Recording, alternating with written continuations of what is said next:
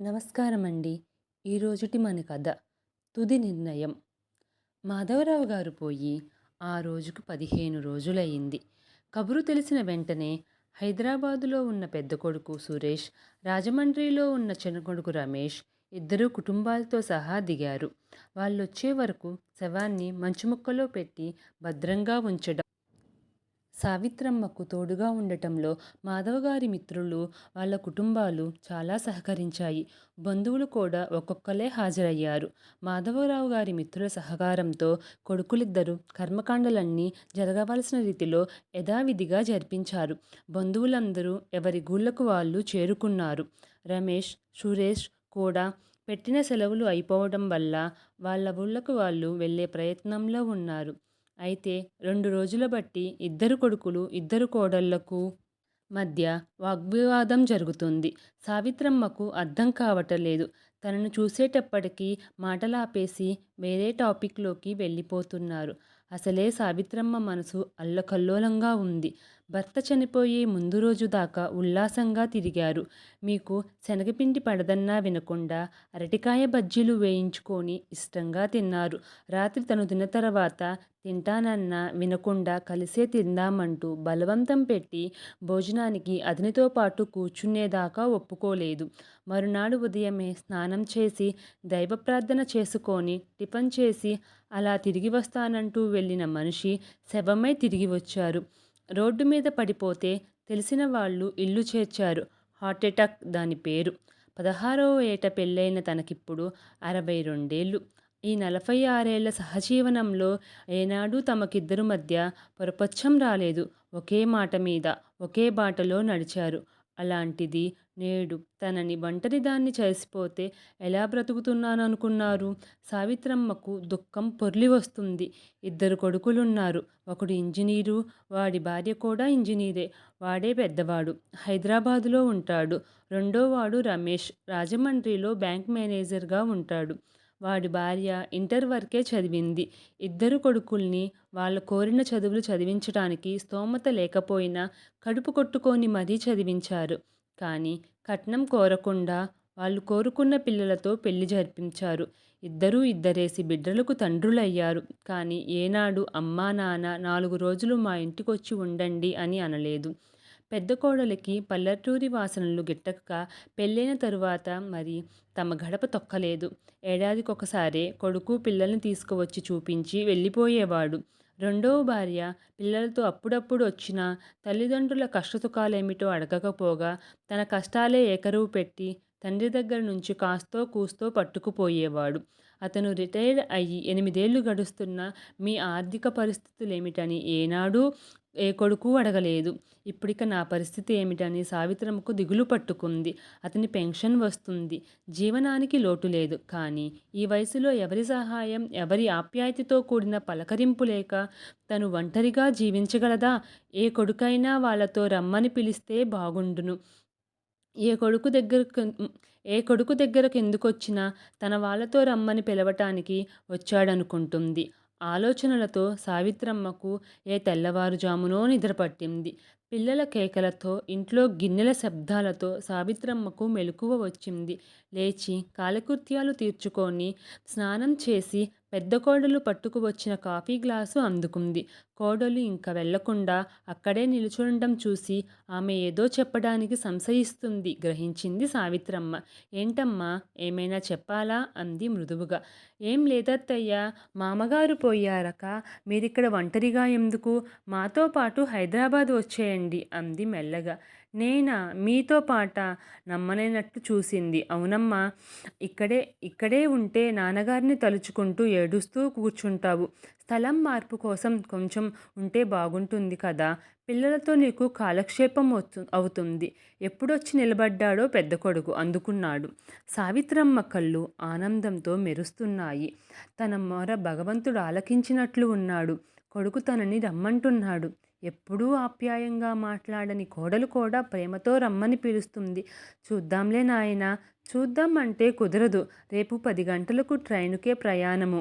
బట్టలవి సర్దుకో అంటూ మారుమాటకి తావివ్వకుండా ముందుకు నడిచాడు సురేష్. భార్య అనుసరించింది. సావిత్రమ్మ మనసు ఉబ్బి తబ్బిపోయింది. అరగంట గడిచిందో లేదో రమేష్ వాళ్ళ భార్య ప్రవేశించారు. అమ్మా, నువ్వు మాతో పాటే రావాలి. పిల్లలు నానమ్మ నానమ్మ అంటూ ఒకటే గోల చేస్తున్నారు. అవునత్తయ్య, హైదరాబాదులో మీరుండగలరా? ఎక్కడికి వెళ్ళాలన్నా మీకు తోడుండాలి. వాళ్ళిద్దరూ ఉద్యోగస్తులు.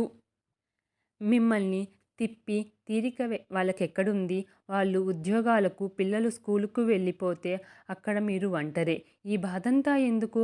హాయిగా గోదావరి స్నానాలు, మా ఇంటి పక్కనే శివాలయమూ ఉంది. రోజూ మీకు బోలెడంత కాలక్షేపం. తప్పకుండా మాతో పాటే రండి.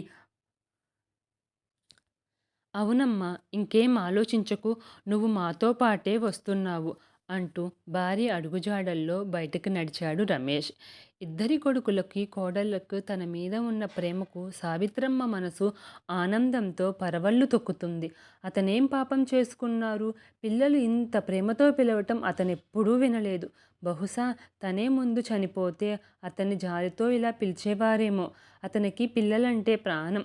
పిల్లలు ఉద్యోగస్తులైనా కూడా వాళ్ళ సంపాదనకే ఏనాడూ ఆశపడలేదు. పైగా వాళ్ళకే పండుగలకని, పబ్బాలకని ఖర్చు పెట్టేవాడు. ఇన్ని సంవత్సరాల బట్టి ఉద్యోగాలు చేస్తున్నా ఒక్కసారి కూడా తనని రమ్మని పిలవలేదు. ఆడది కాబట్టి మనసుండబట్టలేక అప్పుడప్పుడు భర్తతో తనే, ఏమిటండి, వాళ్ళిద్దరూ ఇన్ని సంవత్సరాలు బట్టి ఉద్యోగాలు చేస్తున్నా ఒక్క 10 రోజుల పాటు మనని తమతో పాటు ఉండమని పిలవరేమండి అనేది బేలగా. దానికి ఆయన చిరునవ్వుతో, పోవే పిచ్చిదాన, పాపం వాళ్ళే ఆ మహాపట్నాలలో ఆ ఇరుకు కంపల్లో సంసారాలు నెట్టుకొస్తుంటే మనమెందుకు వాళ్ళ పీకల మీదకి? అయినా మనకిక్కడ ఏం తక్కువయింది అనేవారు సావిత్రమ్మ. ఏ కొడుకు దగ్గరకెళ్ళాలో తేర్చుకోలేకపోతుంది. ఇద్దరూ పిలిచారు. ఒకళ్ళ దగ్గరకెళితే ఒకళ్ళు మనసు కష్టపెట్టుకుంటారేమో. అమ్మకు తన మీద ప్రేమ లేదని అనుకుంటారేమో. పిచ్చి సన్నాసులు. అమ్మ ప్రేమ బిడ్డలందరికీ సమానమే, ఒక విధంగా ఉంటుందని వాళ్ళు తండ్రులయ్యారు. వాళ్ళకి తెలీదా? అంతగా లేదు అనుకుంటే చెరి 6 నెలలు ఒక్కొక్కరి దగ్గర ఉండవచ్చు. ముందే కొడుకులతో వెళ్ళాలి. సావిత్రమ్మ మనసు మళ్ళీ ఆలోచనలో పడింది. అరగంటకోసారి ఇద్దరి కొడుకులు, కోడళ్ళు ఒకళ్ళకి తెలియకుండా ఒకళ్ళు వచ్చి, బట్టలు సర్దుకున్నావా అని అడుగుతూనే ఉన్నారు. నాకు సర్దుకోవటం ఏముందమ్మా, 4 చీరలు పడేశాడా అంటుంది సావిత్రమ్మ. పెందరాలే రాత్రి భోజనాలు కానిచ్చి ఉదయం ఎవరి గదుల్లో వాళ్ళు వెళ్ళిపోయారు. పగలంతా నిద్రలేకపోవటం, ఆలోచనలతో మెదడుకి విశ్రాంతి లేకపోవటం వల్ల సావిత్రమ్మకి కూడా తొందరగానే నిద్ర పట్టేసింది. అర్ధరాత్రి సావిత్రమ్మకి సడన్గా మెలకువ వచ్చేసింది. దాహంతో నాలుక పిడిచకట్టుకొని పోతుందేమో అనిపించింది. టైము చూసింది. 12:30 అయింది. మంచినీళ్లు త్రాగుదామని గది తలుపులు తీసుకొని వంటింటి వైపు నడిచింది. చిన్న కొడుకు గదిలో నుంచి మాటలు వినిపించాయి. అత్తగారు అని కోడలేదో అంటుంది. అంత అర్ధరాత్రప్పుడు వీళ్ళు నా గురించి ఏమిటా మాట్లాడుకుంటున్నారు అని ఆశ్చర్యపోయింది. తప్పు అని తెలిసిన కుతూహలంగా కొద్దిగా తలుపుకు ఒక చెవి ఆనించింది. ఏమిటండి మీ వదినగారి ఆధిపత్యం? ఎంత ఉద్యోగస్తురాలైతే మాత్రం ఆవిడ మాట చెల్లుతుందేమిటి? ఇద్దరు ఉద్యోగస్తులు, బోలెడంత సంపాదన, ఆ మాత్రం వంట మనిషిని పెట్టుకోలేరా? ఆ మాటే అడిగితే వంట మనిషి ఇంటి మనిషి చేసినట్లు చేస్తుందా? అయినా ఈవిడ ఇక్కడ ఉండి ఒడబెట్టేదేముంది? పిల్లలు కూడా సాయంకాలం ఇంటికొచ్చేటప్పటికి ఏదైనా తినడానికంటారు. బజారులో వస్తువులు తింటే వాళ్ళ ఆరోగ్యాలు పాడైపోతాయి. అత్తగారే అక్కడుంటే మాకు సదుపాయంగా ఉంటుంది కదా అంటుంది వగలుపోతూ. అవునే, అన్నయ్య ఆ మాట నాతోనే అన్నాడు. అమ్మ అక్కడ ఉంటే ఇల్లంతా చక్కపెట్టుకొని పని పాటలు చూసుకుంటుంది. సరోజకి కాస్త అవస్థ తప్పుతుంది అని. చూసారా వాళ్ళెంత ప్లాన్లో ఉన్నారో? అక్కడికి మనమే అవసరం లేదు పాపం. నేను సరే ఆరోగ్యం సరిగ్గా లేనిదాన్ని. ఆ సంగతి మీకు కూడా తెలుసు కదా. ఇప్పటికీ ఇంటి చాకరీతో పిల్లల సంరక్షణలో కొట్టుమిట్లాడుతున్నాను. వీళ్ళలాగా మనకి వంట మనిషి పెట్టుకునే తహాతూ లేదు. ఆవిడికి మనతో తీసుకువెళ్ళి నాకు చాకరీ తప్పడమే కాక మామగారి పెన్షన్ ఆవిడేం చేసుకుంటుంది? మనకే అది దక్కుతుంది. విలువైన వస్తువులేమీ మనం కొనుక్కోలేకపోయాము. ఇప్పుడైనా కొనుక్కుందామండి. కొంత వెసులుబాటు ఉంటుంది. అబ్బా, ఏం బుర్రే నీది! ఆ మాట నేనే ఆలోచించలేదు. అన్నయ్య, వదిన అమ్మను తీసుకువెళ్దామని పట్టుదలతో ఉన్నారు. రేపు నేను అటో ఇటో తేల్చుకుంటానుండు. ఆ! మీ ఒక్కరి వల్ల ఏమవుతుంది? మీ వదిన మాటల గారడీ చేస్తుంది. నేనెక్కడ ఉన్నప్పుడే ఆ టాపిక్ ఎత్తండి. ఆవిడ బండారం నేను బయటపెడతా. సావిత్రమ్మ కాళ్ళు గజగజ వణికిపోతున్నాయి. దాహం మాట మర్చిపోయింది. ఎలా చేరుకుందో మంచం మీదకి చేరి వాలిపోయింది. కొడుకు, కోడలు మాటలే ఆమె చెవుల్లో గిర్రుమంటున్నాయి. దుఃఖం పొర్లు పొర్లుకు వస్తుంది. ఏమిటి? వీళ్ళు నన్ను పిలిచింది ప్రేమతో కాదా? ఒకళ్ళకి ఇంట్లో వంట మనిషిగా అవసరం, ఇంకొకళ్ళి పని మనిషిగా, ప్లస్ వంట మనిషి ప్లస్ ఎదురు డబ్బిచ్చే పని మనిషి. బేష్! పిల్లలకి నా మీద ఎంత ప్రేమ మురిసిపోయింది. ఇదా వీళ్ళ ప్రేమ? ఈ ప్రేమ వెనకాల ఇంత స్వార్థం ఉందా? వీళ్ళ మనసుల్లోని కుళ్ళు తెలుసుకోకుండా వెళ్ళిపోయిన ఆయన ఎంతో అదృష్టవంతులు. ఇప్పుడు తన కర్తవ్యం ఏమిటి? మూగగా రోదిస్తూనే ఆలోచనల్లో పడింది సావిత్రమ్మ. తెల్లవారింది. కొడుకులిద్దరూ ప్రయాణ సన్నాహాల్లో ఉన్నారు. హాల్లో నుంచి పెద్ద కొడుకు, చిన్న కొడుకు ఏదో పెద్దగా కేకలు వేసుకుంటున్నారు. అమ్మని మీరు తీసుకువెళ్తానంటే మేమేం కావాలి? అమ్మ అవసరం మాకు ఉంది. చిన్న కొడుకు గట్టిగా వాదిస్తున్నాడు. మరిదిగారు, మీ ఆవిడ ఇంట్లోనే ఉంటుంది కదా! అత్తగారు మా ఇంట్లో ఉంటే మాకు పెద్ద దిక్కుగా ఉంటారు. ఇంకా ఏదో అనబోతుంది. చిన్న కోడలు ఘై ఘైమని లేచింది. ఇదంతా ఎందుకు? తమ్ముడు, మధ్య మార్గంగా నేను చెబుతాను. అమ్మను చెరి 6 నెలలు ఉంచుకుందాము. అమ్మ పెరట్లో ఉంది. ఈ ఘర్షణ ఆమె చెవిలో పడుతుంది. బాగుండదు. ఇంకా ఆ ప్రసక్తి ఆపేయండి. అమ్మ రాగానే ఎవరితో ముందు బయలుదేరుతుందో ఆమెనే అడుగుదాం. అది ఆమె ఇష్టానికి వదిలేద్దాం. సావిత్రమ్మ అడుగుల చప్పుడు విని అంతా స్తబ్దుగా అయిపోయారు. అమ్మా! పిలిచాడు పెద్ద కొడుకు. ఏమిటి అన్నట్లు చూసింది సావిత్రమ్మ. మాతో రమ్మంటే ఆమె మాకు మాత్రం తల్లి కాదా అని తమ్ముడు బాధపడుతున్నాడు. అందుకే మేము ఒక నిర్ణయానికి వచ్చాం. ఆగు బాబు! మధ్యలోనే అడ్డుకుంది సావిత్రమ్మ. చెరి 6 నెలలు నన్ను పంచుకునేందుకు మీరు నిర్ణయించుకున్నారు. కానీ నా నిర్ణయం కూడా వినండి. నేనెవ్వరితోనూ రాను. నాన్నగారు కట్టించిన ఈ ఇంట్లో నాకొచ్చే పెన్షన్‌తో నా బ్రతుకు నేను బ్రతుకుతాను అంది దృఢ నిశ్చయంతో.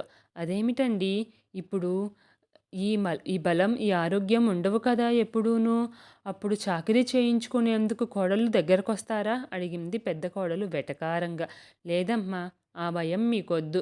నా కాలు, చేయి ఇక పని చేయవు అనిపించిన నాడు ఏ దాతల ద్వారానో, ఏ ఆశ్రమంలోనో చేరిపోతాను. కానీ మిమ్మల్ని మాత్రం ఇబ్బంది పెట్టను. అంతవరకు ఇక్కడే ఉంటాను. మీకు ఎవరికైనా నన్ను చూడాలి అనిపిస్తే నిరభ్యంతరంగా రావచ్చు, వెళ్ళొచ్చు. అమ్మా! వద్దు నాయనా! మీ మాటలన్నీ విన్నాను. ఇంకేం మాట్లాడొద్దు. ఇదే నా తుది నిర్ణయం అంటూ సావిత్రమ్మ తన గదిలోకి వెళ్ళిపోయి తలుపులు దగ్గరకు వేసుకుంది. కథ పేరు తుది నిర్ణయం. ఈ తుది నిర్ణయం అనే కథ మీకు నచ్చినట్లయితే మన ఛానల్ను సబ్స్క్రైబ్ చేసుకోండి. ప్లీజ్ ఒక లైక్ చేయండి.